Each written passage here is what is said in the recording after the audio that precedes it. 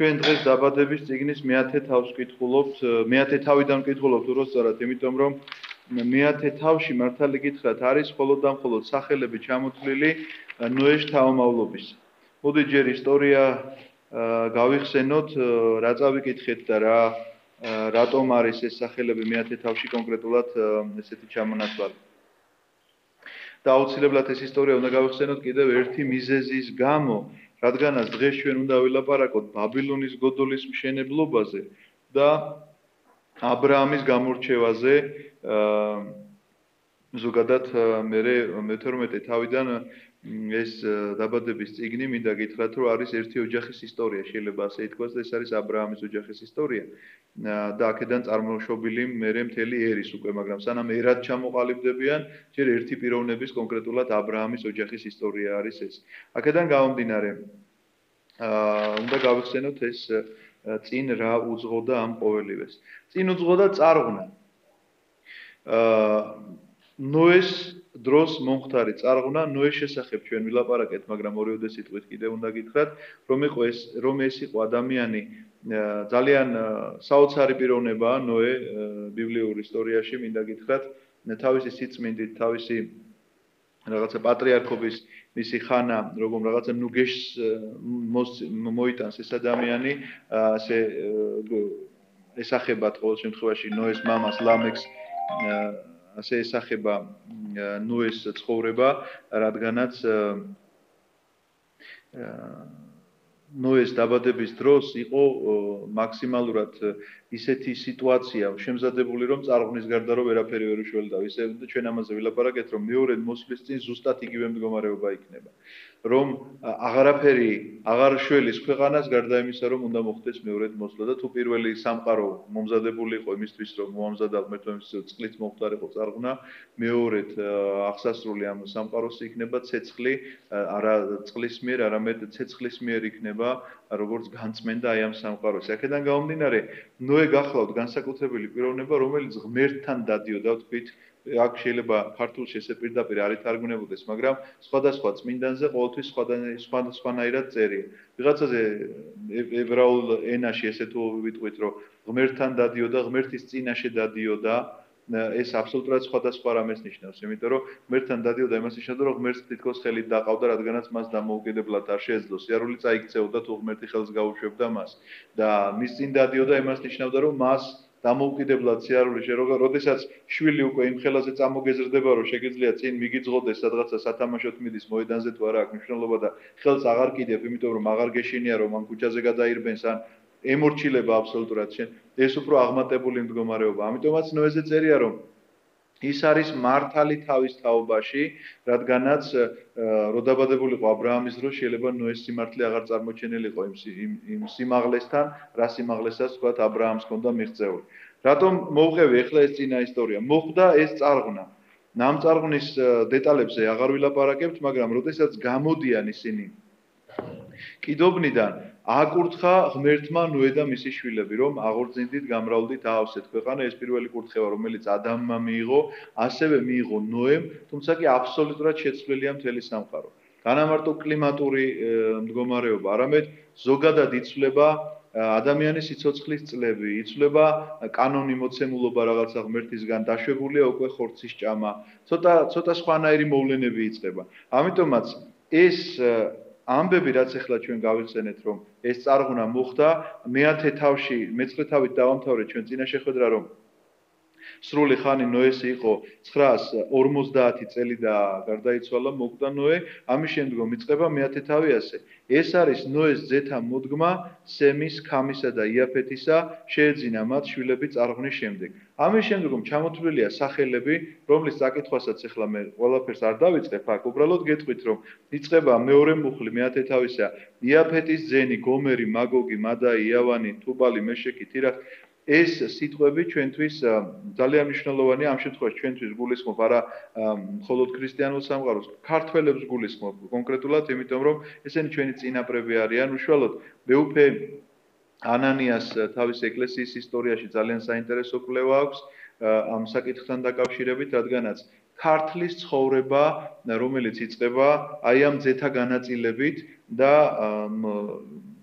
აქ ერთ-ერთი სახელი გომერი თუ მაგოგის ზუსტად აღარ მახსოვს მეუფე თავის მტკიცებულებას მოაქვს რომ ესენი არიან მოსოხები ანუ მესხების პირველი წინაპრები და აქედან მოდის რადგანაც ჩვენ ვიცით რომ იაფეტის შთამომავლები ვართ მათთვის კურთხევა ესეთი იყო რომ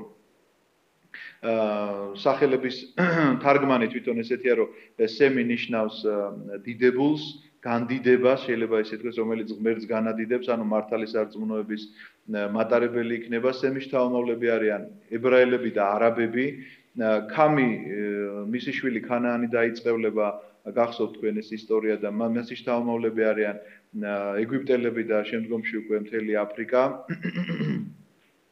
იაფეტის შთამომავლები არიან მთელი ფაქტიურად ინდოევროპული რასა ეს მთელ ზღვისპირეთს მოიცავს და ეხლა მთელ ევრაზიას მოიცავს და უკვე ამერიკასაც მოიცავს მათი შთამომავლობა. ასე რომ იქ კურთხევა რომელიც იყო მიცემული რომ იაფეტი ყველაზე მრავალი იქნება, იაფეტის სიტყვა სახელი ლამას ნიშნავს, ესეც წინასწარმეტყველებაა რომ მართლაც თუ რაიმე ხელოვნებაში შექმნილა და გაკეთებულა თითქმის ყველაფერი იაფეტის შთამომავლობაშია ხელოვნების თვალსაზრისით, ანუ სილამაზის თვალსაზრისით, რადგანაც ეს ნაკლებად გააჩნია აფრიკელ და არაბ და თქვათ ებრაელ ხალხს, იმიტომ რომ მათთან ნაკლებად არის განვითარებული ხელოვნების რაღაცა ისეთი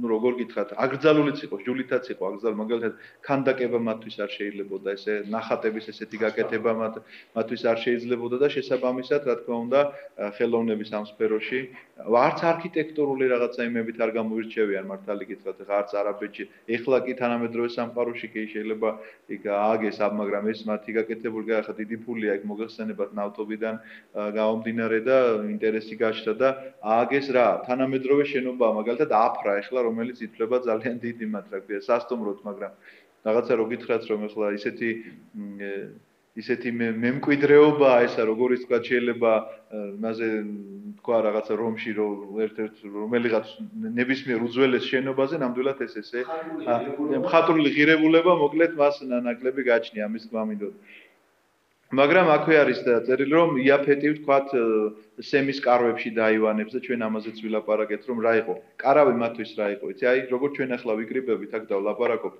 საღვთისმეტყველო თემებზე კარავი იყო მათთვის ეს შესაკრებელი სადაც ისინი სწავლობდნენ ღვთის სიტყვას აქედან გამომდინარე იაფეტი რომ სემის კარვებში დაივანებს ეს იმას ნიშნავს რომ ბიბლია რომელიც მოცემულობაა იაფეტიანების უმრავლესობა ქრისტიანები გახლავთ და საიდან მიიღეს მათ ეს ბიბლია რა თქმა უნდა სემის კარვისგან მიიღეს იმიტომ რომ სემის შთამომავლობას ეპყრა ხელთ მხოლოდ და მხოლოდ ეს ბიბლია სხვა ხალხებს ეს არ ჰქონდათ რატომ გავაგრძელ ეს ვარ უბრალოდ რომ ვიცოდეთ რომ ქართლის ცხოვრება ესე იწყება რომ ეს ძმები რომლებიც არიან იაფეტის შვილები სხვადასხვა ადგილას სახლდებიან და კონკრეტულად ქართველური ტომები საიდანაც არის წარმოშობილი ძალიან საინტერესო კვლევა აქვს ამაზე თვითონ მეუფე ანანიას მას არაერთი წიგნი აქვს გამოცემული და ერთ-ერთი ეხება ამას და თუ წაიკითხავთ არ იქნება ეს ამბავი წურიკო. მეათე თავი მოკლედ ესეთი გახლავთ ასევე ერთ რამეზე მინდა გავამახვილო ყურადღება რომ აქ სემის ძენი არის ჩამოთვლილი შემდგომ ელამი აშური არფაქსადი ლუდია და განსაკუთრებულად არის ნახეთ ნახსენები ერთი პიროვნება ებერი ებერ შეეძინა ორი ძე ერთს ერქვა ფალეგი რადგან მის დროს გაიყო ქვეყანა და მის ძმას ერქვა იაქტანი ებერის შესახებ ჩვენ მე-11 თავში შეგვხვდება საუბარი მე-11 თავშიც ფაქტიურად ჩვენ ერთი დაახლოებით 10 მუხლი არის რომელიც წასაკითხია რაღაც ისტორიულ ამბავს გვიყვება და ამის შემდგომ კვლავ ესე იგი გენეალოგიაზე მიდის ლაპარაკი. ამიტომ ეხლა მე პირდაპირ მე-11 თავის კითხვას დავიწყებ და ვისაუბროთ იმ მიზეზ შედეგობრიობაზე, რატომაც წარღვნის შემდგომ აუცილებლობა მოიტანა ბაბილონის გოდოლის მშენებლობა. ერთ პირი იყო მთელი ქვეყანა და ერთ ენაზე მეტყველი. როცა დაიძრნენ აღმოსავლეთიდან პოვეს ველი შინყარის ქვეყანაში და იქ დამკვიდრდნენ. აი აქ მთელი მეათე თავი თუ გავყვებით ჩვენ ნახავთ რომ ძალიან გამრავლდნენ. აქ თითო შვილი კი არა ყავთ ამათ რამდენიმე შვილი ყავთ ქალები არ სახელდებიან ერთმანეთში მრავლდებიან ქორწინდებიან საკმაოდ ბევრნი არიან ენა ერთი აქვთ მოგეხსენებათ ერთ პირი იყო მთელი ქვეყანა და ერთ ენაზე მეტყველი ამას ბიბლია როცა ამბობს და როცა დაიძრნენ აღმოსავლეთისკენ ნიშნავს იმას რომ აბსოლუტურად ყველანი ერთად არიან ცალ-ცალკე დასახლებას არაპირებენ და ამის მიზეზი გახლავთ შიში. შიში იმისა, რომ ყველა მიცის წარღვნის ისტორია. მათ რა თქმა უნდა არ უხილავთ ეს თავიანთი თვალით, მაგრამ თავიანთი მამებისგან იციან, რომ წარღვნა იყო ამ ქვეყანაზე, ვერავინ ვერ გადარჩა და ესენი არიან იმ გადარჩენილი შთამომავლები და შვილები. ამიტომაც ამ შიშის გამო ისინი ერთად ერთ ტომად ცხოვრობენ მიუხედავად თავიანთი მრავალრიცხოვნობისა. პოვეს ველი შინყარის ქვეყანაში და იქ დამკვიდრდნენ. უთხრეს ერთმანეთს: მოდით მოვზილოთ თიხა და გამოვწვათ, ქვის მაგივრად აგური ქონდათ, კირის მაგივრად ფისი, თქვენს ავიშენოთ ქალაქი და გოდოლი, ცას მიუწვინოთ მისი თხემი, აღმართოთ ნიშანსვეტი, რომ არ გავიფანტოთ დედამიწის სურთზე. რას ნიშნავს ახლა ეს ყველაფერი? რის აშენებას აპირებენ ეს ადამიანები? ნახეთ, ცას მიუწვინოთ მისი თხემი, აღმართოთ ნიშანსვეტი, რომ არ გავიფანტოთ დედამიწის სურთზე. იძულებულები არიან რომ უნდა გაიფანტონ, იმიტომ რომ თავიანთი მრავალრიცხოვნების გამო ერთად ასე ერთტომად დასახლება უკვე აღარ გამოდის. უნებრივია უნდა მოხდეს მათი რაღაცა მიგრაცია, ზოგი აღმოსავლეთის უნდა წავიდეს, ზოგი დასავლეთით, მაგრამ რაღაცა ერთი ცენტრის შექმნას აპირებენ, რომელიც ცენტრიც იქნება მათი შესაკრებად. თუმცა კი ეს რომ ამ მიზანს ემსახურებოდეს, რომ ჩვენ ერთმანეთი რომ არ დავკარგოთ, ეხლაც ხო არის თანამედროვეობა, ახლა უკვე აღარ გიჭირს ტელეფონი გაქვს კაც და გამოართმევ ნომერს და აღარ დაკარგავ იმ ადამიანს დაურეკავ ნებისმიერ დროს, მაგრამ მაშინ მოგეხსენებათ კომუნიკაციის ასეთი საშუალებები არ იყო, ამიტომ ვიღაცა თუ დასავლეთით იცხოვრება და ვიღაცა აღმოსავლეთით ერთმანეთთან რაღაცნაირად კომუნიკაციის საშუალებისთვის ეს გოდოლი უნდა ყოფილიყო, რომელიც ყველა მხრიდან გამოჩნდებოდა. ამიტომ ცას მიუწვინოთ მისი წვერი იმას ნიშნავს, რომ ყველა მხრიდან დასანახი გოდოლი უნდა ყოფილიყო, ესა მაღალი გოდოლი, რომ ერთმანეთისთვის ესე იგი აქ შესაკრებელი იქნებოდა და კომუნიკაციის საშუალება ყოფილიყო. თუმცა კი ეს ერთია რაღაცა ესე ფიზიკური მნიშვნელობით. მაგრამ ამ გოდოლს აქვს ძალიან დიდი სულიერი მნიშვნელობა, რის გამოც ის დაწუნებული არის ღმერთის მიერ. ამაზე ცოტა ქვემოთ მოგახსენებთ. წავიკითხოთ, ნახეთ. ჩამოვიდა უფალი, რომ ენახა ქალაქი და გოდოლი, რომელსაც ადამიანები აშენებდნენ. ჩამოვიდა, ჩვენ ამაზე რამდენჯერმე გავამახვილეთ ამ ტერმინზე ყურადღება, რომ ღმერთი ან ავიდან, ჩამოვიდა, მივიდა, ეს სიტყვა პირობითია, რა თქმა უნდა, იმიტომ რომ ღმერთი არ შეიძლება მოძრაობდეს, რადგანაც თუ არის ისეთი ადგილი, სადაც ღმერთი არ არის და მას ერთი ადგილიდან მეორე ადგილზე გადაადგილება სჭირდება, ის ღმერთი არ გამოდის. ღმერთი უძრავია, გამომდინარე იქედან, რომ ყველგან მყოფია. შესაბამისად, ჩამოვიდა ნიშნავს გადაწყვეტილებას, იმ გადაწყვეტილების მიღებას, რომ ღმერთმა რაღაცა უნდა მოახდინოს აქ, იმიტომ რომ არ შეიძლება ეს ამბავი ასე გრძელდებოდეს. ნახეთ, რას ამბობს უფალი. თქვა უფალმა, აჰა ერთი ხალხია და ეს ერთი ენა აქვს ყველას, რა კი ეს საქმე წამოუწყიათ. ამიერიდან დაუბრკოლებლივ გააკეთებენ ყველაფერს, რასაც კი განიზრახავენ. აბა ჩავალ და ენას აურევ მათ, რომ ვერაფერი გააგებინონ ერთმანეთს. რა ხდება? რა არის აქ არ მოსაწონი? ვიღაცისთვის შეიძლება მეც პირადად მართალი გითხრათ, სულ მაინტერესებდა ამ კითხვაზე პასუხის გაცემა, როდესაც ეკლესიაში დავიწყე სიარული, ბუნებრივია დავინტერესდი ბიბლიით. ეს ისტორია რომ წავიკითხე, ვერ გავიგე ერთი რამ. თუ ეს შენობა მე მაშინ ვიღაცამ გვერდზე მდგომმა ესე ამიხსნა ხა ტაძარში. რო იცი ესო ამ პარტავნების შედეგი იყო, რომ რაღაცა მაღალი შენობის აშენება უნდოდეთო და დღეს ახლა ნებისმიერი კორპუსი იმ შენობაზე უფრო მაღალია, ვიდრე ბაბილონის გოდოლი იყო. ისე ბაბილონის გოდოლის ასლი იცით რომელი შენობაა ევროპაში? არა, ევროპარლამენტი არის ბაბილონის გოდოლის კოპირება. ის პროექტია აღებული და ის იქედან არის გაკეთებული. დიახ, ბაბილონი. ბატონო? დიახ, შეგიძლიათ მოძებნოთ ინტერნეტში და ნახოთ ევროპარლამენტი, რომ ის უბრალოდ ესეთი შენობა არის. ევროპარლამენტის შენობა. ანუ გლობალიზაციის ამბებზე აქვს ლაპარაკი და ჩვენ ამ თემას შევეხებით დღეს ვერაუვლით გვერდს. მოსაწონია თუ არა ღმერთისთვის ეს გლობალიზაცია.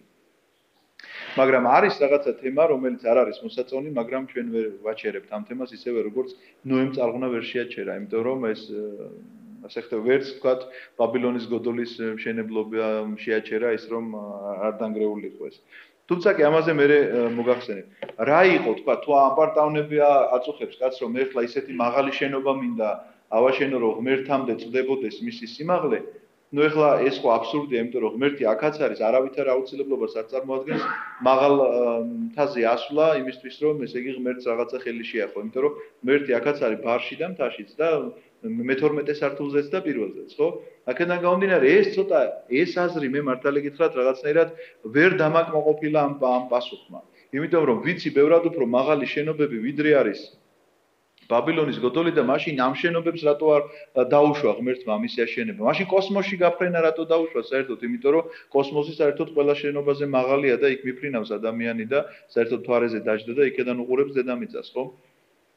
აქ იყო აბსოლუტურად სხვა თემაზე ლაბარაკი, აქ იყო იდეაზე ლაბარაკი. რატომ შენდებოდა ბაბილონის გოდოლი? იცით, ერთადერთი მიზეზის გამო. ამ ადამიანებმა იცოდნენ, რომ წარღვნა მოხდა რატომ? ეს უთხრეს ზუსტად. წარღვნა მოხდა, იმიტომ რომ ადამიანები ცოდავდნენ და ამ ცოდვის სინანულის ნაცვლად პირიქით დაკანონებას ცდილობდნენ ამ ცოდვისა. ამიტომაც მათ მიიღეს გადაწყვეტილება, რომ რადგანაც ერთხელ უკვე მოხდა წარღვნა, ჩვენ ცოდვას ვერ დავანებებთ თავს, იმიტომ რომ მოგწონს ეს ცოდვა. აქედან გამომდინარე, უნდა ავაშენოთ ისეთი შენობა, რომელიც წარღვნა დაიწყება თუ რა გამოვიქცევით შემალთ ამ შენობაში და გადავრჩებით. ანუ ბომბაუბეჯიში ქართულად როგორ არის? თავშესაფარი. ესე იგი, თავშესაფარს აკეთებენ ოღონდ ვისგან დასაცავად? ღმერთისგან. ანუ ღმერთს უნდა დაემალო შენობაში, რომ ცოდვის გამო რომ სასჯელი მოგივა, ესე იგი ეს სასჯელი რომ აქცდეს. ნუ ასეთი, დაახლოებით ესეთი თემა არის.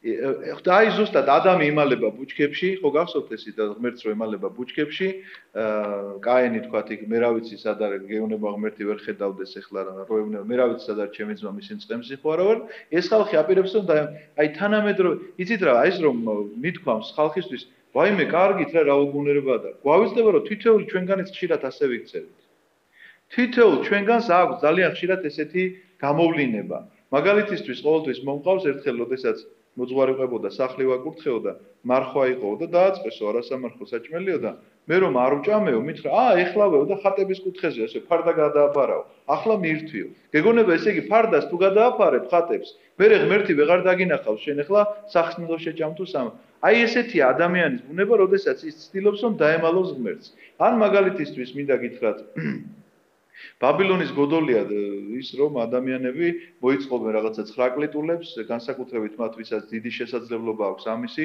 დადიან ბრონირებულები მანქანებით და გონიათ რომ მათ არაფერი არ შეეხება. საქმე რაში არის იცით რომ არც ბრონირებული მანქანით სიარული არ არის, ცოდვა და არც თქვათ თუ აქვს საშუალება ადამიანს რომ რაღაც დიდი სახლი აიშენოს, მაგრამ საქმე იმაში არის რომ მას რაღაცა თუ ცოდვა აქვს შადენილი და ემალება ვიღაცას რომ იმან სამაგიერო არ გადაუხადოს ვერანაირი ბრონირებული მანქანა ვერ დაიცავს მას. ვერაფერი ვერ უშველის და 126 ფსალმონი გახსოვთ როგორ იწყება. თუ ღმერთი არ აშენებს სახლს, ცუდად შვებიან მაშენებელნი მისი. თუ ღმერთი არ იცავს ქალაქს, ცუდად დგანან მისი ყარაულები. აზრი არ აქვს იმათი დგომას. თუ ღმერთი არ იცავს ქალაქს, აღებულია ის ქალაქი. თუ ღმერთი არ აშენებს სახლს, აზრი არ აქვს იმ სახლის შენებლობას, იმიტომ რომ შეუძლებელია შენ ააშენო ესეთი სახლი. აი ფაქტი ამის ის გახლავთ რომ მათი ენების არევა მოხდა, რატომ? იმიტომ რომ ისინი ერთმანეთისგან უნდა გამოცალკევდნენ. კიდევ მივედით ერთ საინტერესო თემასთან. მე გითხარით, წმინდანი სიტყვა რას ნიშნავს ბიბლიაში? გამოცალკევებულს. ამიტომაც ისინი უნდა გამოცალკევდნენ პირველ რიგში ერთმანეთისგან. ამის შემდგომ უკვე არჩევა მოხდება კიდე ერთი გამოცალკევებისა, ვინც უშუალოდ ღვთის სიტყვას შეინახავს, დაიმარხავს და გადასცემს თაობიდან თაობას. ამიტომაც ესეთი იქნება, სწორედ ის ებერი წეღა რო გითხარით. რატომ ეს ებერი? არსებობს გადმოცემა, რომ მან არ მიიღო ამ შენებლობაში მონაწილეობა, რადგანაც თქვა, რომ არ შეიძლება ასეთი რაღაცის გაკეთება და ებერი გახლავთ თუ არ მეშლება დიდი ბაბუა უკვე ა ブラ ამისა, რომელიც შთაომავალიც გახლავთ ა ブラ ამი და მის შთაომავლობაში მოხდება სწორედ ა ブラ ამის გამორჩევა და არა მარტო გამორჩევა იმით რომ ა ブラ ამ შენ ხარ რჩეული, არამედ მისი გამოცალკევება. ღმერთი ეუბნება, გამოდი მამა შენის სახლიდან და წადი იმ მიწაზე, რომელსაც მე შენ გიჩვენებ. ანუ აღუთქვავს მას მიწას, რომ ეს მიწა შენი იქნება და შენი შთაომავლება გამრავლდება ამაზე. ანუ ეს გამოცალკევება ამ წმინდანობასთან მიმართებაში მინდა გითხრათ, იცით, რატომ ნიშნავს წმინდანი გამოცალკევებელს? იმიტომ რომ ის არ არის ჩვეულებრივი საზოგადოების წევრი. რატომ გვიჭირს ჩვენ წმინდანების ცნობა? იმიტომ რომ ხშირად რაღაცა ისეთი ქმედება ახასიათებს მას, რაც შენთვის შეიძლება მიუღებელი, არანორმალური იყოს. ვერაფრით ვერ გაიგო, იგივე აბრაამის არ ესმოდათ მაგალითად, რომ სადმიდის კაცი უამრავი სიმდიდრე აქვს, ცხვარი, ძროხა, მოსამსახურე, რა ვიცი, ამ პერიოდისთვის ეხლა მაშინ ვერტფრენი ვერ ეყოლებოდა, ბუნებრივია, მაგრამ ისეთი სიმდიდრე აქვს, რომ ტოვებს ამას ყველაფერს და სადღაც უდაბნოში მიდის და კარავში ცხოვრობს. როგორ შეიძლება ეხლა ას თანამედროვე ადამიანს უთხრა და გაგიგოს? როგორ შეიძლება თანამედროვე ადამიანს უთხრა, რომ ეხლა წარმოიდგინეთ სრულიად მშრალ ადგილას ნოე აშენებს დიდ გემს და დასცინიან ნოეს. ეუბნებიან, მე სხვათა შორის გარდამოცემა არსებობს ესეთი ნოემ ხო რამდენიმე სართულად გააკეთა ესა. მეორე და მესამე სართულზე რომ მუშაობდა, წლები გადის 100 წელზე მეტი აშენებდა ნოე ამას. პირველ სართულზე ამათმა შესვლა დაიწყეს და როგორც საზოგადოებრივი ტუალეტი ისე გაიხადეს ეს ნოეს აშენებული კიდობანი. მაგრამ ხალხში გავრცელდაო რაღაცა ესეთი იმიტომ რომ დასცინოდნენ და არ მიაჩნდათ ნორმალური არ არისო ამბობდნენ. და გააჩნდა ესეთი დაავადება, ჩვენ რომ იმას ვეძახით, რა ქვია, მუნს თუ რაღაცა ესე, ხო, რო ებხანებათ, ხო, აი ესეთი რაღაცა გავრცელდაო და არაფერი არ შველოდაო, გარდა მათ მიერ იქ დაგროვებული გამხმარი ფეკალიების ტანზე წასმისაო. ამიტომ ღმერთმა ისე მოაწყო, როგორც დააბინძურეს, თვითონვე გამოასუფთავეს ის, იმიტომ რომ როგორც წამალი ისე გამოგონდა და ისმევდნენ თავიანთ ტანზე. არსებობს ესეთი გარდამოცემაც. მაგრამ ნახეთ რატომ ხდება ეს ყველაფერი? ხდება იმიტომ რომ ჩვენთვის გაუგებარია ხშირ შემთხვევაში წმინდანის მოქმედება. ნუ არ არის აუცილებელი რომ ყველა სალოსი იყოს. სალოსის მოქმედება ხო საერთოდ შეიძლება ჩვენთვის გონებით მიუწვდომელი იყოს, იმიტომ რომ მე თუ არ მეშლება ანდრია სალოსის ცხოვრებაში წერია, რომ იდგა და ტაძრის კედლებთან ესე იფურთხებოდა და საროსკიპოს კედლებთან კოცნიდა ამ კედლებს რა და ვერავინ ვერ გაიგო ახლა ამისი ახსნა და გამოაგდეს ტაძრიდან გალახეს იქ და უთხრეს აღარ გაგიჟდი შე რასაკეთებ და მერე თავის მოძღვარს რომელსაც ის ახსარებას აეუბნებოდა და იმას უთხრა ხედვა ქონდა სულიერი თვალი ეხსნებოდა და უყურებდა რომ ტაძარში შემსვლელ და გამომსვლელ ადამიანებს როგორ აბრკოლებდნენ ეშმაკები როგორც ცდილობდნენ რომ დაებრკოლებინო ტაძარში სალოცავად არ შესულიყვნენ და აფურთხებდა ამ ეშმაკებს და ხედავდა საროსკიპოში შემავალ ხალხს როგორ იდგნენ კეთილი ანგელოზები და ეუბნებოდნენ რომ არ წავიდა ამხელდნენ რომ არ შეხვიდეს ინდისის ხმას უღვიძებდნენ და იმათ კოცნიდა მაგრამ შენ ამას რომელიც ვერ ხედავ მხოლოდ გარეგნულ მოქმედებას რომ აფურთხებს ტაძრის კედელს და კოცნის საროსკიპოს კედელს ამიტომ რა დასკვნას გამოვიტან მეც ბუნებრივია ასეთ დასკვნას გამოვიტან მოვკიდებდი ხელს და გავუშვებდი მას ტაძრიდან ვეტყოდი რომ აქ აღარ დაგინახო თუ შენ მის ტაძრის კედელს აფურთხებ ბუნებრივია ასე მოიქცეოდი რადგანაც ამის მაგრამ ღმერთი ნახეთ იმასაც ამბობს რომ აი სალოსის საქციელის განკითხვა ადამიანს შეიძლება არ ჩაეთვალოს ცოდვათ იმიტომ რომ არის რაღაცა შენთვის დაფარულია და მისთვის არის მხოლოდ და მხოლოდ განცხადებული. ამიტომაც ეს გამოცალკევება, გამოსვლა, ჯერჯერობით მხოლოდ ენების დაცალკევება, მხოლოდ ერთ მიზანს ემსახურება, რომ ადამიანებმა შეინარჩუნონ რაღაცა თვითმყოფადობა, რადგანაც მშენებლობას ვეღარ გააგრძელებენ, იმიტომ რომ აბსოლუტურად სხვადასხვა ენაზე გადმოცემა არსებობს, რომ 70 ენა გაჩნდა. დღეს უკვე ეს ენები რა თქმა უნდა მეტია, მაგრამ ეს ენები კიდევ მაგალითად იგივე ქართულში შეიძლება ვთქვათ, რომ ქართულში სვანები სვანურად ლაპარაკობენ და მეგრელები მეგრულად ლაპარაკობენ, მაგრამ ეს იმას არ ნიშნავს, რომ ქართული ენა არაა. ნამდვილად ქართული ენა არის, ისევე როგორც სლავურ ენაზე ერთი იყო სლავური, მაგრამ დღეს რუსული სხვა არის, პოლონური სხვა არის და უკრაინული სხვა არის და სერბული სხვა არის. თუმცა კი ერთი ძირი აქვს მათ და ერთი ენიდან მომდინარე არის ეს მათი სლავური ენა. აქედან გამომდინარე, ნახეთ მათი დარღვევა, იმიტომ რომ ადამიანი რომ მშენებლობის დროს აგური მომაწოდეო, რომ ეთყოდი და ის მოგაწოდებდა წყალს, ბუნებრივია, ვეღარ გაგრძელდებოდა მათი ერთობა, მიხვდნენ თან რაც მთავარია, რომ ეს როგორ შეიძლება შემთხვევით გუშინ თუ ერთ ენაზე ვლაპარაკობ, დღეს ერთმანეთს ვეღარ ვაგებინებთ, აღარ მახსოვს მე შენი ენა და შენ ჩემი ენა, ბუნებრივია მიხვდნენ რომ აქ რაღაცა სხვანაირი მოვლენა არის და გაიფანტნენ, დაიშალდნენ, წავიდნენ თავთავიანთ გზებით. ეს ადამიანები, მაგრამ მე გითხარით წეღან და მაინც უნდა გავიხსენო რომ თანამედროვე სამყაროში როგორ არის ეს. თანამედროვე სამყაროში პირველ რიგში გლობალიზაციას შევეხეთ. აი ამ გლობალიზაციის პროცესი შეუქცევადია. რას იზავს ადამიანი ხლა, აი, რომ გააჩეროს გლობალიზაცია. ევროკავშირი, ევროპარლამენტი სწორედ ამას ემსახურება, მეც კი არაფერს. მოხდა უკვე რამდენიმე ევროპული ქვეყნის საზღვრები საერთოდ გაუქმდა, ფული ერთია, ამ ერთი ვალუტით ვაჭრობ თქვათ იტალიაშიც და გერმანიაშიც, საფრანგეთშიც და ესპანეთშიც, ხო? ამიტომაც საზღვარი საერთოდ ვერ მიხვდები, მე მაგალითად ვარ მანქანით ესე ნამყოფი და როგორ გადადიხარ ერთი ქვეყნიდან მეორე ქვეყანაში, უბრალოდ წარწერით მიხვდები. აი იტალიიდან საფრანგეთში რომ გადავედით, შეიცვალა წარწერა, რომ იტალიური ასოგერების ნაცვლად ხედავდით უკვე ფრანგულ, უბრალოდ ასოგერები კი ლათინურია და საერთოა, მაგრამ სიტყვას ხო ხვდები რომ უკვე ფრანგული ხდება. აქედან გამომდინარე, ნახეთ, ეს პროცესი შეუქცევადია და მიმდინარეობს და ამას ჩვენ წინ ვერ აღუდგებით, მაგრამ მახსენდება სულ ჩვენი პატრიარქის ნათქვამი, რომელმაც თქვა, მართალია, პროცესი შეუქცევადია, მაგრამ ჩვენ უნდა ვეცადოთ, რომ მინიმალური დანაკარგებით გამოვიდეთ აი ამ პროცესიდან. ეს მინიმალური დანაკარგი გახლავთ სწორედ ის, რომ შენ უნდა შეინარჩუნო შენი თვითყოფადობა. საქართველოში დღეს რა არის პოპულარული? რაზეც არ იტყვი, რომ ევროპულია ყველაფერი კარგი, არა მოწმებს არავინ ხარისხს. ევროპული ყველაფერი კარგია, ქართული ყველაფერი ცუდია. რატომ თუ დაუსვავ ამ კითხვას? ამის სიღრმეში არავინ არ ეძება, იმიტომ რომ იდეოლოგია მიმდინარეობს ასეთი. ამაზე მუშაობენ. მთელი ინსტიტუტები მუშაობენ ამ თემაზე. მე ერთ საინტერესო ბერთან მქონდა შეხვედრა, რომელსაც უთხარი, რომ აი საქართველოში ძალიან პოპულარული გახდა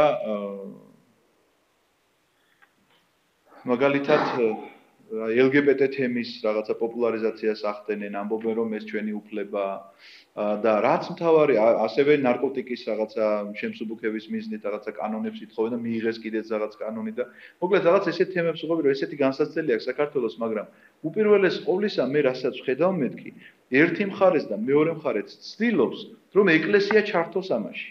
ყოველთვის ცდილობს, რომ ეკლესიას რაღაცა თავისი პოზიცია დააფიქსირებინოს ამ თემაზეც, ამ თემაზეც. რატომ? მიზეზი რა არის ამისა? იმიტომ რომ ჩასაფრებული პოზიციიდან გეკითხება ამას. არა როგორც გულშემატკივარს, რომ აი ეკლესია როგორც იტყვის, მე ისე ამიტომ შენი აზრი კი არ აინტერესებს. ჩასაფრებული პოზიციიდან გელაპარაკება, რომ ვაი თუ რაიმე ესეთი წამოხსნეს, რაც ადამიანების უფლებებს არღვევს, მაგალითად. ესეც ბჭყალებში უნდა ჩასვათ, იმიტომ რომ თუ ვინმე ადამიანებს უფრთხილდება ეს ეკლესია. და ეს მე ვთხარი, რომ ესეთი პოპულარული გახდა და ეკლესიის ესეთ ჩართულობას ითხოვენ ამ ყოველივეში მეთქი თქვენ.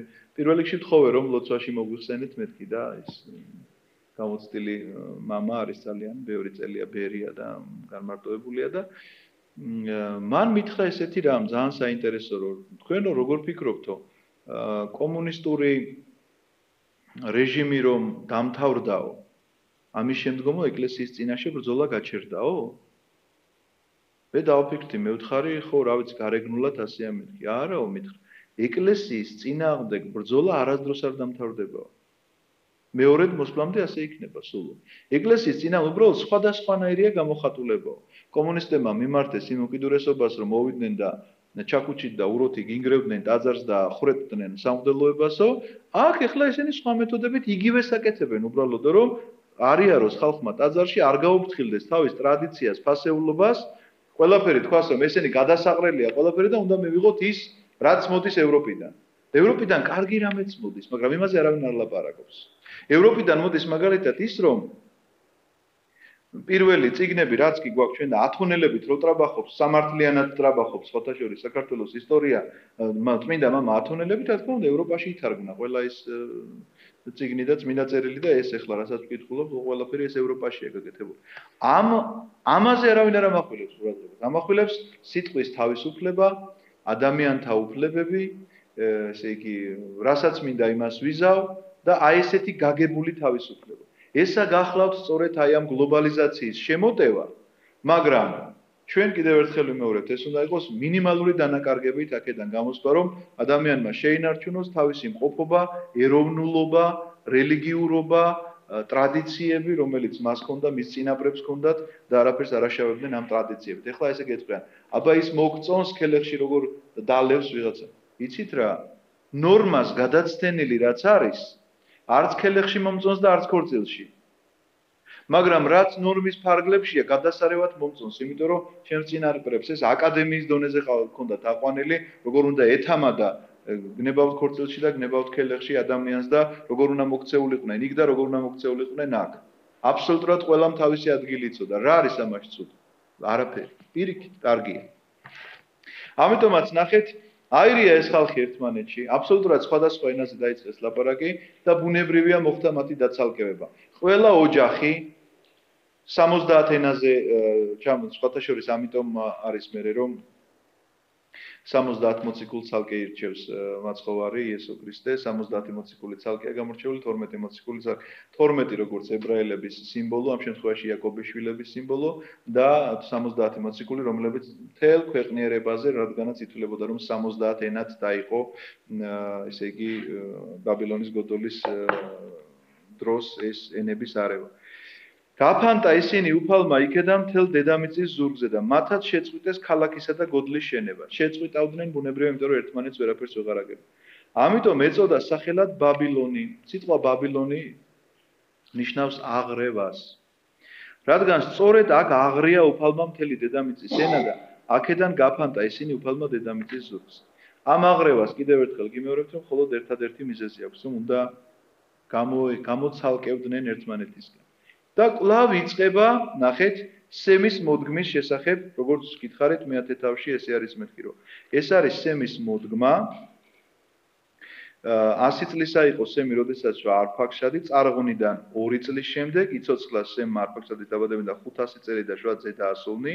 35 წლისა იყო არფაქსადი, როდესაც შალახი იცოცხლა არფაქსადის დაბადებიდან და 30 წლისა იყო შალახი, როდესაც ებერი, რომლის შესახებაც უკვე გითხარით, ნახოთ, ებერმა შვა ძენი და ასულნი, ესე წერია, როცა შვა ფალეგი, იცოცხლა ებერმა ფალეგის დაბადების შემდეგ 30 წელი და შვა ძენი და ასულნი. 30 წლისა იყო, როცა შვა რეღუს დაბადებიდან 29 წელი შვა ძენი და ასული. სერუგის შემდეგ, ესე იგი, იშვა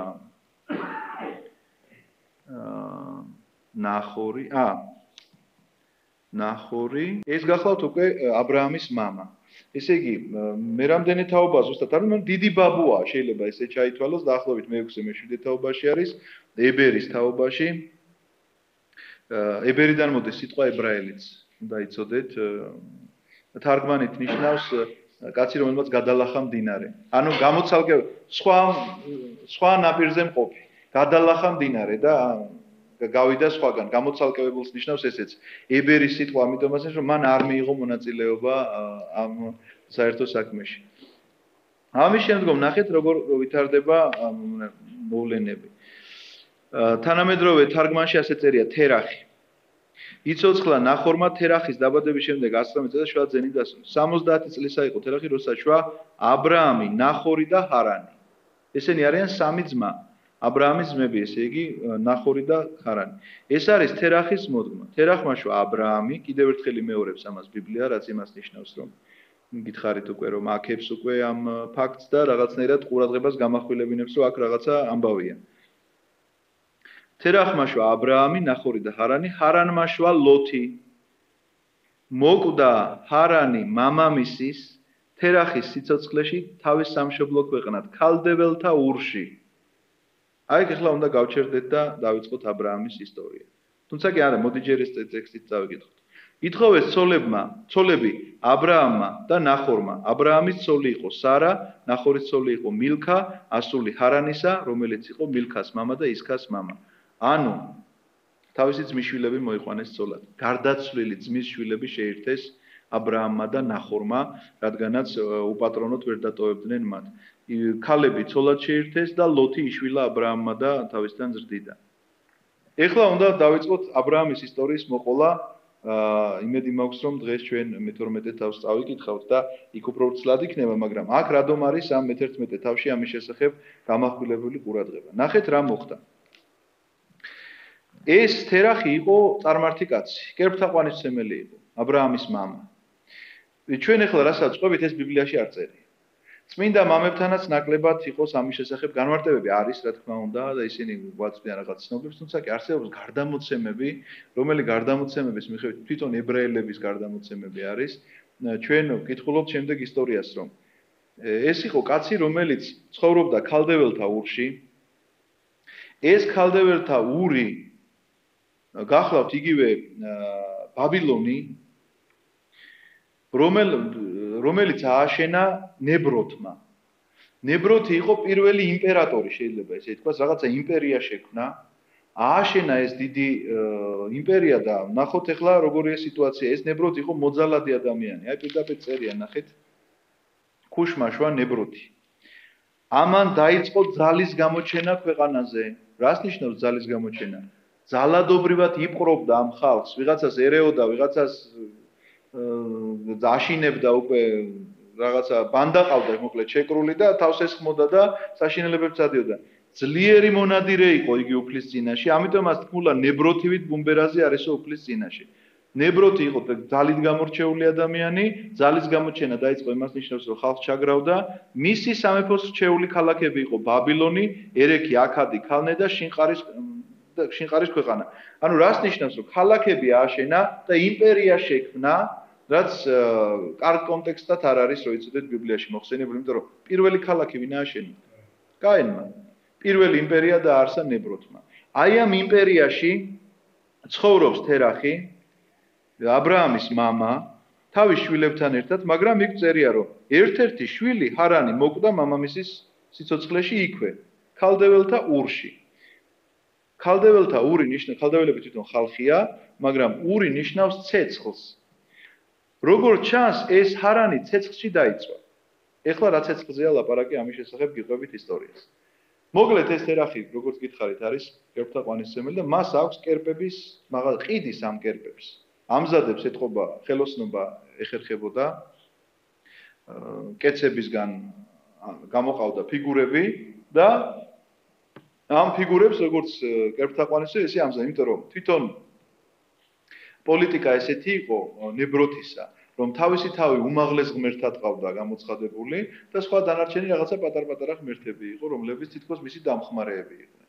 აქედან გამომდინარე, ნახეთ, ამას აქვს მაღაზია, აკეთებს ამ კერპებს და ყიდის. აბრაამი არის სულად ახალგაზრდა ჭაბუკი, ხმაწვილი, რომელსაც თურმე უყვარდა განმარტოება და დაწვებოდა და იყურებოდა ზევით და ფიქრობდა ღმერთზე. ცალზე დაინახა ვარსკვლავები, ამბობს, რომ ალბათ ვარსკვლავი არის ღმერთი, რადგანაც ესე ნახე ლამაზია რაღაც.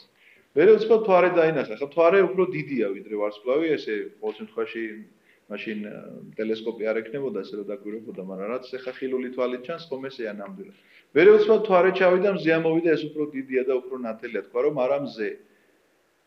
და უცბად მან გამოიტანა ესეთი დასკვნა, რომ არ შეიძლება ღმერთი იცვლებოდეს. მივიდა ისეთ დოგმატთან, რომელიც დღევანდელი მართლმადიდებლური ეკლესიის დოგმატია, რომ ღმერთი არის უცვალებელი. არ შეიძლება ღმერთი იცვლებოდეს, ასე ხან ასე იყოს, ხან ისე იყოს და იმიტომ რომ რაც იცვლება, ის თავისთავად ნიშნავს, ნახეთ, როგორ ლოგიკას, თუ კი ცუდიდან კარგისკენ ითვლება, ესე იგი სრულყოფილება აკლია მას და ცუდიდან კარგისკენ მიდის. ასეთი შეიძლება იყოს ნებისმიერი ქმნილება, რომ მაგალითად რაღაციდან რაღაცისკენ მივდიოდე, ცუდიდან კარგისკენ. ღმერთი არ შეიძლება ცუდიდან კარგისკენ მიდიოდეს, იმიტომ რომ სრულყოფილება უფრო მეტი სრულყოფილებისკენ ვერ ძავა. იმიტომ რომ არ არსებობს. და თუ კი უკან პირიქით სრულყოფილებიდან არასრულყოფილიდან და დეგრადაციას განიცდის, მაშინ საერთოდ როგორ შეიძლება მასზე თქვა რომ ღმერთია. აქედან გამომდინარე, აბრაამმა გააკეთა ისეთი დასკვნა თავის სიხმაწვილეში, რომელი დასკვნაც მერე უკვე ქრისტეს აქეთ როგორც დოგმატი ჩამოგვიყალიბეს ჩვენ წმინდა მამებმა და მოცემულობა გვაქვს და სწავლება გვაქვს და მან ეს გააკეთა თავისი მსჯელობის ნიადაგზე. მაგრამ ეხლა რა ქნა? ჩავიდა ამ მაღაზიაში და რაც კერპები იყო სულ ყველა დალეწა. ერთი დიდი იყო თურმე ძალიან და იმას ვერ მოერია, ვერ წააქცია. და ამ დროს მოვიდა მამამისი და რო უყურებს ამას, რა ხდება აქ, რა ამბავია? მას უთქვამს, აბრაამი ეუბნება თურმე აი ეს დიდიო რაღაცაზე გაბრაზდაო და დაერია ამათო და სულ ყველა დალეწავდა. მამამისი ეუბნება რომ რას ამბობო კაცო, მაგასო სიარული არ შეუძლიაო და როგორ დალეწავდა და სიარული თუ არ შეუძლია, აბა მაგის წინაშე როგორ ლოცულობო ეუბნება. რანაირად ლოცულობო მის წინაშე. გაბრაზებულმა მამამისმა და ხალხი რომლებიც ამ ამბავს შეესწრო, წაიყვანეს ეს აბრაამის სრულიად ახალგაზრდა ყმაწვილი ნებროთთან. წარუდგინეს მას როგორც უმაღლეს ღმერთთან და ეუბნებიან, რომ აი ახალგაზრდა კაცია, ასეთ მწვალებლობაში ჩავარდა, რომ ღმერთებს უარყოფს. ხო და ნებროთი ეუბნება, რომ აბა რა გინდაო და მეო მწამსო ისეთი ღმერთისო. ხობძანდი გელა. მეო მწამსო ისეთი ღმერთისო, რომელსაც შეუძლია ადამიანს მიანიჭოს სიცოცხლე ან წაართვას იგივე. მაგრამ ესე იგი ჩემზე ლაპარაკობო ნებროთი ეუბნება. იმიტომ რომ მე შემიძლია ცოცხალი დაგტოვო ან წაგართო. არა უთხრა. ჩვენო ხედავთო რომ ყოველ დილითო მზე აღმოსავლეთიდან ამოდის. აი შენ უბრძანე ხვალ რომ დასავლეთიდან ამოვიდესო და მაშინ დავიჯერებ რომ შენ მართლა ღმერთი ხარ. რა თქმა უნდა ნებროთს ეს ამბავი არ შეეძლო. ამიტომ ჩიხში შევიდა, იმიტომ რომ მზეს ამას ვერ უბრძანებდა და რომ ებრძანებინა არ შესრულდებოდა. ჩიხში შევიდა და ჩიხში შესული ადამიანი რა რითი იმას ეს არის ნებისმიერი ადამიანი რომელიც სადაც არ ყოფნის სიმდაბლე რომ რაღაცას რომ შეეშლება თქვას რომ ვაიმე უკაცრავად ბოდიში ხო მე მთლად ასე არ არის საქმე რასაკეთებს გადადის დემაგოგიაზე თუ მას მხოლოდ სიტყვიერად სჭირდება რაღაცა საქმის დამტკიცება და თუ მას ძალაუფლება აქვს გადადის ძალის გამოყენებაზე ამიტომაც გააჩაღა ძალიან დიდი ცეცხლი და ამ ცეცხლში მოინდომა აბრაამის ჩაგდება აბრაამის აქ კიდევ ერთი გარდამოცემა არსებობს რომ სამი ანგელოზი მოვიდაო და ერთი ეუბნებაო რომ აი მე შენთან ერთად შემოვალო და წყლით გაგაგრილებო. აბრაამს უთქია რომ არ მინდაო. მეორეს უთქვამს რომ მეოციო ქარს გამოვიწვევო და იმას უთქვამს რომ არ მინდაო. მესამეს უთქვამს კიდე რაღაც ესეთ შეუთავაზებია რომ ცეცხლმა არ დაწვას და. აბა რა გინდაო გითხეს. მე მინდა ის რაც უნდა ჩემს ღმერთსო. თუ ჩემს ღმერთს უნდა ამ ჩემს უცვალებელს შემოქმედს ისა და თუ ჩემს ღმერთს უნდა რომ მე დავიწვევი. თუ ჩემს ღმერთს უნდა რომ მე გადავრჩეო, ისედაც გადავრჩები. ამიტომ ცეცხლის ბუნება რა არის? ცხელია, ხო? ერთ-ერთი მისი ბუნება არის ცხელია. მოხდა ისე რომ ცეცხლმა ამ დღეს შეიცვალა ბუნება, ვერც ერთი, ესე იგი დედაკაცი ამ დღესო მას რა ქვია, ჩაის ვერ მოადუღებდაო, მოკლედ თანამედროვე ენაზე რო ვთქვათ, იმიტომ რომ ცეცხლი ენთო ყველგან, არა მარტო ქალდეველთა ურში, არამედ მთელ მსოფლიოში და არ წვავდა. არ ქონდა მას ტემპერატურა. ხურვალება. ამიტომაც აბრაამი ძალიან თამამად შევიდა ამ ცეცხლში, კარგახანი იყო ამ ცეცხლში და არაფერი არ მოუვიდა. ნებროვ ძალიან შეეშინდა და მოინდომა რომ თავი დაენებებინა, მაგრამ აი ამ ძმამ, რომელიც შესახებაც აქ წერია რომ მოკვდა ჰარანი მამამისის თერახის სიცოცხლეში თავის სამშობლოში რო წერია. აბრაამი რომ გამოვიდა ამან მოინდომა შესვლა. რომ დაემტკიცებინა აბრაამისთვის რომ ის იმ კერპსახური იყო. მამამისის მხარეს იდგა ამ შემთხვევაში და აბრაამს ადანაშაულებდა თურმე რომ შენ და მე მოუთქვამს რომ არაო აქ რაღაცა ჯადოქრობას და ამ ცეცხლს არა აქვს და შევიდა თვითონაც ამ ცეცხლში და იმ ცეცხლში დაიწვა როგორც ჩანს. ამიტომაც ჩვენ რომ ვამბობთ რომ აბრაამი გამოდის ამ ქალდეველთა ურიდან სიტყვასიტყვით რომ თარგმნოთ ანუ ებრაულ ენაზე რომ ვკითხულობდეთ ამას ესე ვიტყოდით რომ აბრაამი გამოდის ქალდეველთა ცეცხლიდან. ანუ ამ ცეცხლიდან თვითონ უნებელი გამოვიდა და მისი ძმა სამწუხაროდ უნებელი ვერ გამოვიდა. ამიტომაც აბრაამა და მისმა ძმამ ნახორმა, რომლებიც დარჩნენ ცოცხლად, გადაწყვიტეს რომ იმ ოჯახს უნდა მიხედონ, რომელიც მისი ძმის დაკრივებულ ოჯახს ამ შემთხვევაში, მოყავთ ცოლები. ნახეთ როგორ წერია, აბრაამის ცოლი იყო სარა, ნახორის ცოლი იყო კი მილქა, ასული ჰარანისა, რომელიც იყო მილქას მამა და ისქას მამა. ეს ისქა და სარა ერთი და იგივეაო, ამის შესახებ მიგვანიშნებენ ჩვენ მამები. ანუ ესენი შეირთეს ცოლად. ბერწი იყო სარა, შვილი არ უჩნდებოდა. მოკიდა ხელი თერახმა თავის ძეს აბრაამს, ეს ამ ამბების მერე ხდება ყველაფერი. თავის შვილიშვილს ლოტს, ჰარანის ძეს, თავის რძალს სარას, თავის ძის აბრაამის ცოლს და გავიდნენ ერთად ქალდეველთა ურიდან ქანაანის ქვეყანაში წასასვლელად. მიადგნენ ხარანს და იქ დამკვიდრდნენ. თერახის სიცოცხლის ხანი იყო 205 წელი და მოკვდა თერახი ხარანში. ნახეთ, მიუხედავად იმისა, რომ ეს ამბავი მოხდა, ეს მე-11 თავის დასასრულიათთან რო იცოდეთ, ეს ამბავი მოხდა, თერახი არ არის მაინც აბრაამის მსგავსი რელიგიური პიროვნება არ არის.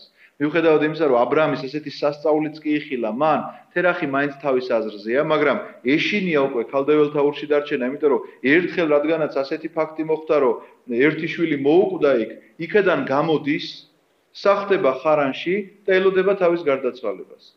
და ამ ხარანის გარდიმას თერახის გარდაცვალებას ელოდება მინდა გითხრათ ღმერთიც. რადგანაც ის იქამდე აბრაამს არ ეუბნება არსად წასვლას, სანამ მამამისი ცოცხალია, იმიტომ რომ მას პირობა აქვს დადებული, რომ მამაზე უნდა იზრუნოს. მამა უნდა ესე იგი ბოლომდე მან გააპატიოსნოს როგორც საჭიროა და ამის შემდგომ მოხდება ესე იგი ის რაც მოხდება. ნახეთ როგორ იწყება მე-12 თავი.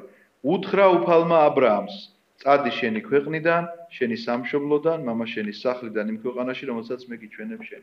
აი როგორც კი დავამთავრეთ, რომ მოკვდა მამამის. ამის შემდგომ არის აქამდე არსად არ წერია, რომ აბრაამს რაიმე გამოცხადება აქვს, გარდა იმისა, რაც ჩვენ ახლა მოვიყვანეთ გარდამოცემა ესეთი, რომელი გარდამოცემაც გვიყვება იმას, რომ აბრაამი თვითონ მივიდა იმ დასკვნამდე, რომ ღმერთი არის ერთი, უცვალებელი, არ შეიძლება ის იცვლებოდეს, რომელიც არის შემოქმედი ცისა და მიწისა და ყოველივესი, რაც არის ხილული და უხილავი მთელი ამ სამყაროს. აქედან გამომდინარე, ნახეთ, აბრაამს, როდესაც ეს პირველი გამოცხადება, ის სრულიად ახალგაზრდა ჭაბუკია, როდესაც ამ დასკვნამდე მიდის. მაგრამ გამოცხადება, როდესაც უთხრა მას ღმერთმა აბრაამს, ამ დროს აბრაამი არის 75 წლის. მიუხედავად იმისა, რომ ერთხელ რადგანაც მიიღო ესე დასკვნა და ამას ასე ერთგულად იცავს, ამდენი წლის განმავლობაში მას არ ქონია ღმერთთან ესეთი საწინასწარმეტყველო გამოცხადება. რატომ შეიძლება ეხლა ვიღაცა მეკითხოს? იმიტომ რომ ხანდახან არის რომ ადამიანი რაღაცა დასკვნას გამო მე მერყეობს ესე ნამდვილად ესეა, ნამდვილად არ არის ესე. აბრაამი იყო იმდენად მყარი, ისეთ საინტერესო პიროვნებაა თვითონ აბრაამი მინდა გითხრათ. იმდენად მყარი იყო თავის სარწმუნოებაში და ეს ყველაფერში ჩანს მე, განსაკუთრებით ისააკის შეწირვაში. როდესაც ღმერთი ეუბნება, რომ შენ ამისგან გამრავლდები და აქვე ეუბნება, რომ ეხლა ეს უნდა მსხვერპლად შემომწირო. ერთი წამითაც არ ფიქრდება და გადაწყვეტს, რომ მსხვერპლად შეწიროს და ის ჯერა რომ მაინც ამისგან მიიღებს გამრავლებას. მკვდრეთით აღდგომის პირველი რწმენა აბრაამთან არის. პირველი დაჯერება იმისა, რომ მკვდრეთით აღდგომა მოხდება, აბრაამთან არის, იმიტომ რომ იცის, რომ ამისგან მიიღებს ის თავმავლობას და ამიტომაც ეჭვი არ ებარება იმაში, რასაც ღმერთი ეუბნება. ხო, რა თქმა უნდა, აი ესეთი საოცარი პიროვნებაა და ნახეთ რას ეუბნება. წადი შენი ქვეყნიდან, კვლავ გამოყოფაზე, გამოცალკევებაზე ვლაპარაკობთ. შენი სამშობლოდან, მამა შენის სახლიდან იმ ქვეყანაში, რომელსაც მე გიჩვენებ. გაქცევ დიდ ხალხად. აი აქ უნდა გავჩერდეთ, რას ნიშნავს დიდ ხალხად გაქცევ? მრავალრიცხოვან ხალხად, თუ მრავალრიცხოვანებაზე რა, მაშინ ჩინელებზე უნდა ვილაპარაკოთ, იმიტომ რომ მაგდენი ხალხი დღეს არავის არ ყავს, ხო? მართალია, ყველაზე მრავალი მე ინდოეთზე ალბათ, ხო?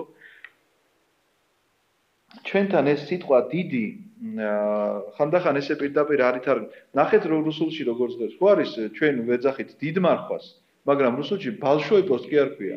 ველიკი პოსტ ქვია. რაც იმას მიანიშნებს, რომ დიდი მარხვა, იმიტომ კი არ ქვია მას, რომ დღეების გარკვეული რაოდენობა უფრო ბევრია, ვიდრე ვთქვა ღვთისმშობლის მარხვას. არა, სულიერი მნიშვნელობით დიდზეა ლაპარაკი. დიდებული და არა დიდი იმ მნიშვნელობით, რომ ვთქვათ 40 დღეზე მეტია, ან ვთქვათ ამ შემთხვევაში ეს დიდ ხალხად ქცევა არ ნიშნავს იმას, რომ ვთქვათ 5 მილიარდი იქნებიან ესენი და 3 მილიარდია ცოტა მეტი რაღაცა ჯინელები. ამიტომაც გაქცევ დიდ ხალხად მიანიშნებს სწორედ იმას, რომ ისინი იქნებიან ხალხი, რომლებიც დაიცავენ ღვთისაი ამ ცნებებს, გაკურთხებ და განვადიდებ შენ სახელს და კურთხეული იქნები. ვაკურთხებ შენს მაკურთხებელს და დავწყევლი შენს მაწყევარს. კურთხეული იქნება შენში მიწიერთა მთელი მოდგმა. აი რას ნიშნავს კურთხეული იქნება შენში მიწიერთა მთელი მოდგმა. რომ კითხო ებრაელ ადამიანს, ვინ არის მორწმუნეთა მამა? გეტყვის რომ აბრაამი. რომ კითხო, ესე იგი, მუსულმანს, ვინ არის მორწმუნეთა მამა? გეტყვის რომ იბრაჰიმ, ისინი აბრაამს იბრაჰიმს ეძახიან. რომ კითხო ნებისმიერ ქრისტიანს, ვინ არის მორწმუნეთა მამა? ისინიც გეტყვიან რომ აბრაამი. რადგანაც აბრაამი არის მორწმუნეთა მამა, დიდ ხალხად ქცევა სწორედ ამას ნიშნავს, რომ მორწმუნეთა მამა გახდება აბრაამი, რადგანაც ჩვენ ვამბობთ, რომ მამა ჩვენია აბრაამი. რწმენაში არის ჩვენ რწმენით ვართ მისი შვილები და არა სისხლისმიერი ნათესაობით. აქედან გამომდინარე, ეს არის კურთხევა, რომ კურთხეული იქნება შენში მიწიერთა მთელი მოდგმა, ანუ სარწმუნოებით ვინც უერთდება აბრაამს, აი ამ კურთხევას ღებულობს. სარწმუნოებით შეერთებული. გახსოვთ ახალ აღთქმაში მაცხოვარი რო ეუბნება, რომ ჩვენო მაცხოვარს ეუბნებიან ებრაელები, რომ ჩვენო მრუშობით კი არ ვართ ჩობილიო, აბრაამის თავმავლები ვართო. აი ამ ქვებისგანაც შეუძლია უფალს ამ წუთშიო აბრაამის თავმავლობა აღადგინოს. აი ამ ქვებისგან ამ წუთში აღდგება აბრაამის თავმავლობა და იქნებიან სისხლით ნათესავები, მაგრამ რა? ამიტომ სულიერი ნათესაობა, რომელიც არის სარწმუნოება, აი ეს ითვლება მხოლოდ აბრაამის შვილობა და აი ეს ითვლება კურთხევა და არავითარ შემთხვევაში ის, იმიტომ რომ არაფერს არ ნიშნავს, არ წყვეტს ამ შემთხვევაში ის თუ ბაბუაჩემმა ვეფხისტყაოსანი იცოდა ზეპირად, არ ნიშნავს იმას, რომ მეც ვიცი ზეპირად ვეფხისტყაოსანი. ანუ რაღაცა მიმართულება, იდეოლოგია შეიძლება მას სხვანაირი ქონდა, მე შეიძლება აბსოლუტურად სხვანაირი მქონდეს. ამიტომაც თუ ჩვენ ვეთანხმებით და შეთანხმებული ვართ რაღაცა ერთ ნიშნულოვან ცენტრალურ საკითხზე, ეს ნიშნავს, რომ მე ნამდვილად ვარ მისი შვილიშვილი, არა მარტო ხორციელი, არამედ სულიერი თვალსაზრისით.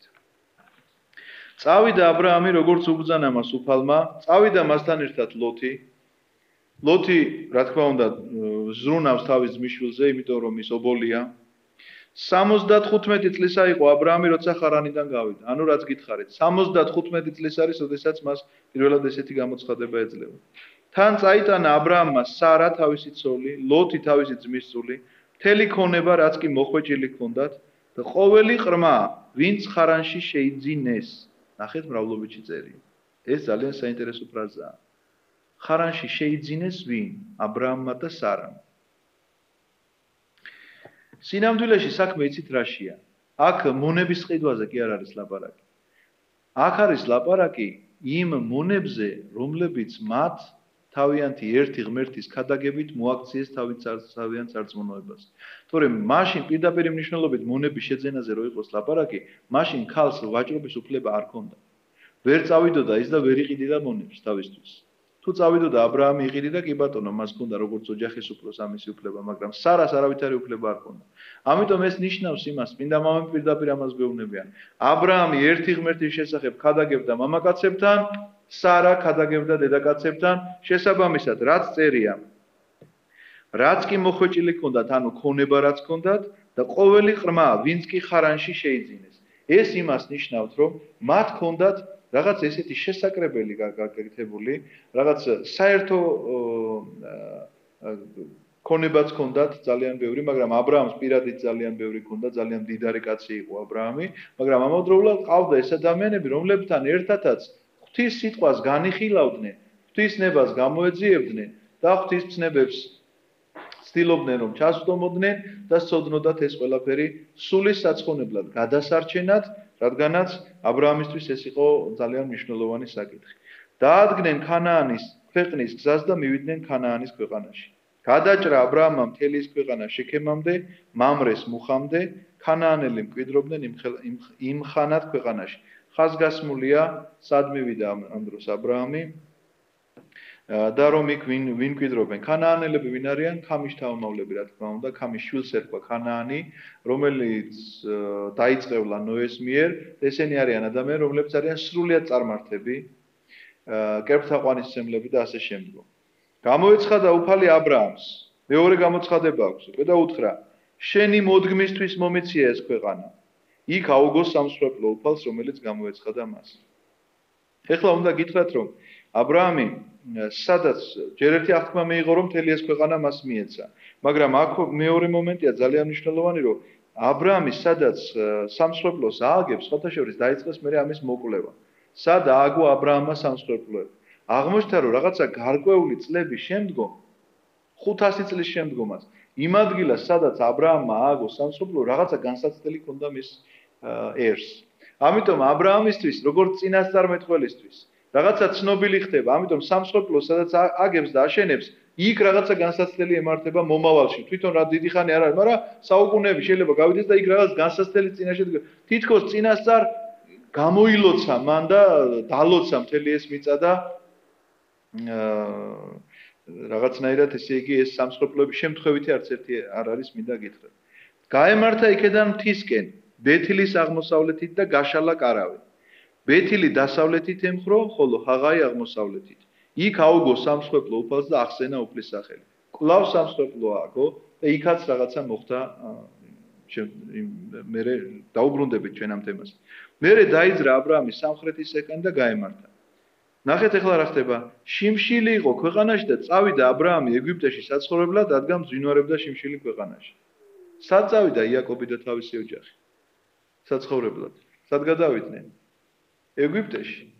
და როდის გადავიდნენ? როდესაც შიმშილი ჩამოვარდა. ამიტომ ესეც კი აბრაამის ჩასვლა თითქოს დადის რა ქვეყანაც აჩვენა ღმერთმა და უთხრა რომ აი ეს ქვეყანა შენია და შენ დაიმკვიდრებ ამას, ყველგან დადის და იმ ადგილებში აგებს სამსხვერპლებს, სადაც რაღაცა მომავალში განსაცდელი იქნება. ეგვიპტეშიც კი ჩადის ზუსტად შიმშილის დროს, თითქოს ამას წინასწარ ყველაფერს ჭრედს და ხედავს, რომ მისი შთამომავალი კონკრეტულად მისი შვილიშვილი იაკობი მთელი თავისი ოჯახობით 75 სული ჩავლენ და გადაცხოვრდებიან ეგვიპტეში და იქ იქნებიან და აი იქაც ლოცულობს აბრაამი იმისთვის, რომ მისმა შთამომავლობამ სიცოცხლე გააგრძელოს. როცა მიუახლოვდა ეგვიპტეს, უთხრა სარას, თავის ცოლს, ვიცი ლამაზი შესახედავი ქალი ხარ. დაგინახავენ ეგვიპტელები და იტყვიან, ამ კაცის ცოლიაო, მე მომკლავენ, შენ კი ცოცხალს დაგტოვებენ. აი ესეთი გახლავთ ქანაანელები, ეგვიპტეშიც ქანაანელები ცხოვრობენ. მაგრამ საქმე რაში არის, იცით რომ სარა ამ დროს არის 65 წლის ქალი. როგორ შეიძლება ახლა 65 წლის ქალი ისეთი იყოს, რომ მისი მოტაცება მოგინდეს, ხო? ჩვენი დღევანდელი დღისთვის ახლა ეს ცოტა რამ გაქვს. თუმცა კი მე მინდა გითხრათ, რომ დღევანდელ დღესაც შეიძლება ვიღაცა ქალბატონები ისე ინახავდნენ თავს, მათ შორის მსახიობები და ცნობილი სახეები გამოდიან, რომ რა გითხრათ, 70-მდე მიღწეულ და ვერაფრით ვერ იფიქრებ, რომ ის ამასაკის არის. მაგრამ სარას განსაკუთრებულობა იმაში მდგომარეობს, რომ ესენი ქანაანელები არიან და არიან ძალიან შავგრემანები, უკვე დაწყებულია მათი კანის ფერის ცვალებადობა, სარა არის, ესე იგი, შეიძლება ითქვას, თეთრი ფითქინა ქალი და მათთან ახლა გამოჩნდება სარა როგორც დედოფალი და რო დაინახავენ, გაგიჟდებიან, რა თქმა უნდა, ბუნებრივია, და სულ არ იკითხავენ მის ასაკს. და თან ამ ყოველივეს ერთად ისიც ერთვის, რომ სარა განიცდის გაახალგაზრდავების პროცესს. ახლა ყველას გაგიჟდებათ კითხვად, რას ნიშნავს გაახალგაზრდავების პროცესი? მოგეხსენებათ, ქალში დაბერების პროცესი იწყება მაშინ, როდესაც მას დედათა წესი შეუწყდება და ამის შემდგომ იწყებს ქალის დაბერებას, მას შვილიერება აღარ შეუძლია. სარასთან პირუკუ არის ეს პროცესი, რადგანაც ღმერთმა აბრაამს აღუთქვა მისგან შთამომავლობა, სარასთან დაბერების პროცესი პირიქით არის. მას, ესე იგი, 90 წლისას შეეძინება შვილი და შესაბამისად აი აქედან მისი გაახალგაზრდავების პროცესია დაწყებული, ეს ესე იგი, ბიოლოგიურად რო განვიხილოთ. შესაბამისად, რასაც ეუბნება, რომ ლამაზი შესახედავი ქალი ხარ და შენს გამო მომკლავენ ეგვიპტელები, იცის მათი ხზნე და ხასიათი, რომ ისინი ყველაფერზე ხელს მოაწერენ და კი, ეხლა უყურე გეტყვი ნახე რა მოხდება. დაგინახავენ, ვიტყვი აუცილებლად.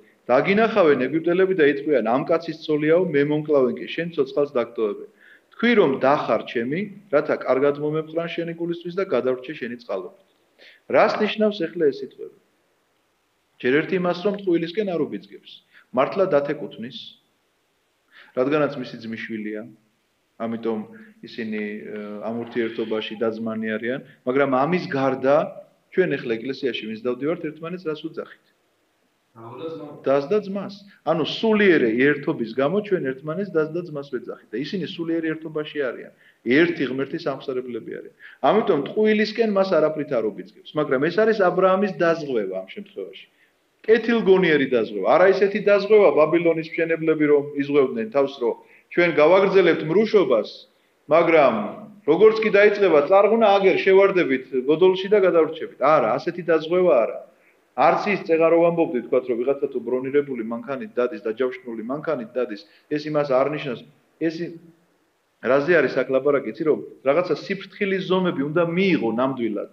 მაგრამ ამ სიფრთხილის ზომებზე კი არ უნდა იყოს აწყობილი შენ ცხოვრება, რომ იტყვი, რომ მე ისეთი სიფრთხილის ზომები მაქვს, მიღებული არაფერი არ მომივა. არა, ესეთი რამ თქვა, გადმოცემით, მე არ ვიცი ზუსტად, მაგრამ ერთხელ მოვისმინე სადღაცას, რომ როდესაც ააგეს გემი ტიტანიკი, მისმა კაპიტანმა თქვა, სანამ ზღვაში შევიდოდა.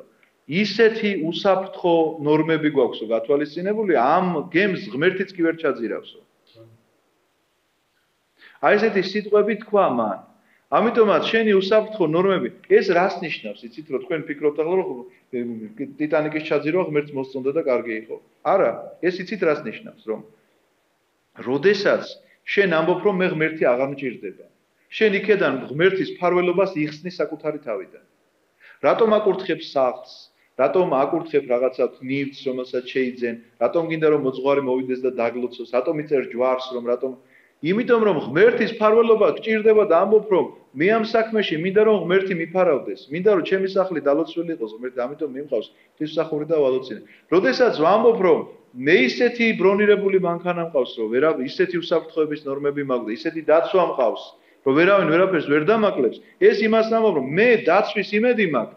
ღმერთი საერთოდ აღარ მჭირდება. ისეთი მაგალითად, ანუ ისეთი უსაფრთხოების ნორმები მაქვს ამ გემში, რომ ღმერთიც და რა უსაფრთხოების ნორმებს გულისხმობდა, იცი? ესე ნაწილებად იყო დაყოფილი და შიგნით ისინი იყო კედლები, რომ ერთი ნაწილი თუ დაზიანდებოდა და წყლით გაივსებოდა, დანარჩენში ვერ გადადიოდა ის წყალი. მეორე თუ დაზიანდებოდა, იმაში თუ და აქ იცით რა მოხდა? არა, იმას რომ დაეჯახა, აისბერგს რომ დაეჯახა, აი ესე როგორც ის გაგისვია, რა ქვია ესე, ალმასი შუშაზე და მთელ სიგრძეზე გაუჭრია. მთელ სიგრძეზე გაიჭრა გემი და ყველა ნაწილი ეს უსაფრთხოების ნორმა რითიც იყო დაცული. აბსოლუტურად ყველა წყლით აივსო და სიმძიმეს ვერ გაუძლო და გადაწყდა შუაზე. ესეთი მონაცემები არის. ამიტომაც, როდესაც ადამიანი ამბობს, მე ღმერთი არ მჭირდება, ეს სხვა საკითხია, მაგრამ უსაფრთხოების ზომები რაღაცა თქვა, როდესაც ესეთ სიტუაციაში ხარ, უნდა მიიღო ეს თავისთავად ცხადი. ამიტომ აბრაამი არ წოდავს არც იმით, რომ ღებულობს ამ უსაფრთხოების ზომებს და არც იმით არ წოდავს, რომ ტყუილისკენ არ უბიძგებს არას. ისინი მართლა არას სულებს იმდანაებს. მათ უზეიმს რომ დაარჩენ რაღაცებში მოკლისურვილი. ხო, მოკლისურვილი აღარ გაუჩნდებათ. როცა ჩავიდა აბრაამი ეგვიპტეში, დაინახეს ეგვიპტელებმა, რომ ძალიან ლამაზი იყო მისი ცოლი. დაინახეს იგი ფარაონის დიდებულებმა და შეუქეს ფარაონს და წაიყვანეს ქალი ფარაონის სახლში. ეგვიპტეში ეგივე მდგომარეობაა, რაც ბაბილონში, ეგვიპტის ფარაონიც ღმერთად არის გამოცხადებული, ბუნებრივია თუ კი ვინმეს რაღაცა წარმატება სურს ამ ფარაონის კარზე, ყველაფერი საუკეთესო მას უნდა მიართვას, ეს ღვთამის სახით იქნება თუ არა ღვთამის სახით, რა თქმა უნდა, მაშინ მიწუნწულდნენ და უთხრეს, რომ აი ჩამოვიდა თეთრი და ლამაზი ქალი, ისეთი რომ ჩვენ აქ არც კი დაგვესიზმრება მსგავსი. ამიტომაც ესე იგი პირველი რასაც ეუბნებიან, რომ შეუქეს ფარაონს, ეუბნებიან რომ მაგარი ქალია. ხოლო აბრაამს კარგად მოეპყრნენ მისი გულისთვის.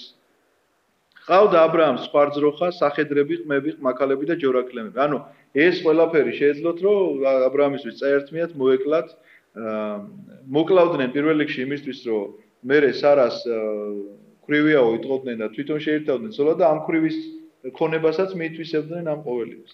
ახლა უყურებენ, რომ აბრაამი ძლიერი კაცია, აქვს, რა ქვია, ყმები ყავს, საქონელი ყავს და აგერ დაყოლია თურმე, ცოლი არ ყავს. დიდად შეაჭირვა უფალმა ფარაონი და მისი სახლი აბრაამის ცოლის სარას გამო.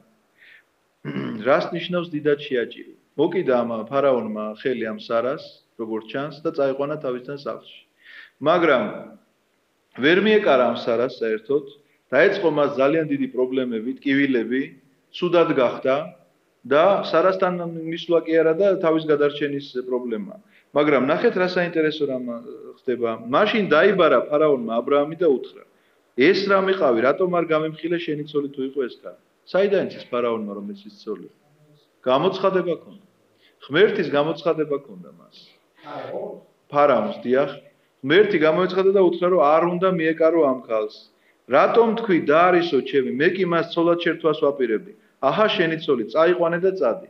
ღმერთმა მას ისეთი რამ უთხრა რომ მიხვდა რომ ამ ქალთან მიკარება და მისი სიკვდილი ერთი იქნებოდა. აქედან გამომდინარე ნახე აბრაამს ეუბნება ისეთი შეშინებულია. შენი ჭირიმე აგერ ხელუხლებელია ეს ქალი, თითიც არ დამიკარებია, ოღონდაც აქედან მომშორდით წადით, იმიტომ რომ ღმერთის გამოცხადების აბსოლუტურად ყველა ეს ეშინია. ხო, იმიტომ რომ იცოდნენ რომ ასეთი წინასწარმეტყველია. კი, წინასწარმეტყველია სარაც აბრაამთან ერთად. მიუჩინა ფარაონმა ხალხი და მათაც გაამგზავრეს იგი მისი ცოლითა და მთელი მისი საბალადებული. რას ნიშნავს მიუჩინა ხალხი? ისე შეშინდა ფარაონი, რომ დაცვა დაუყენა. სანამ ჩემი საზღვრებიდან არ გავა ამათ ვინმე მთითი არ დააკაროსო, დაცვა დაუყენა, მაგრამ ამავდროულად არსებობს კიდე ერთი გადამოცემა.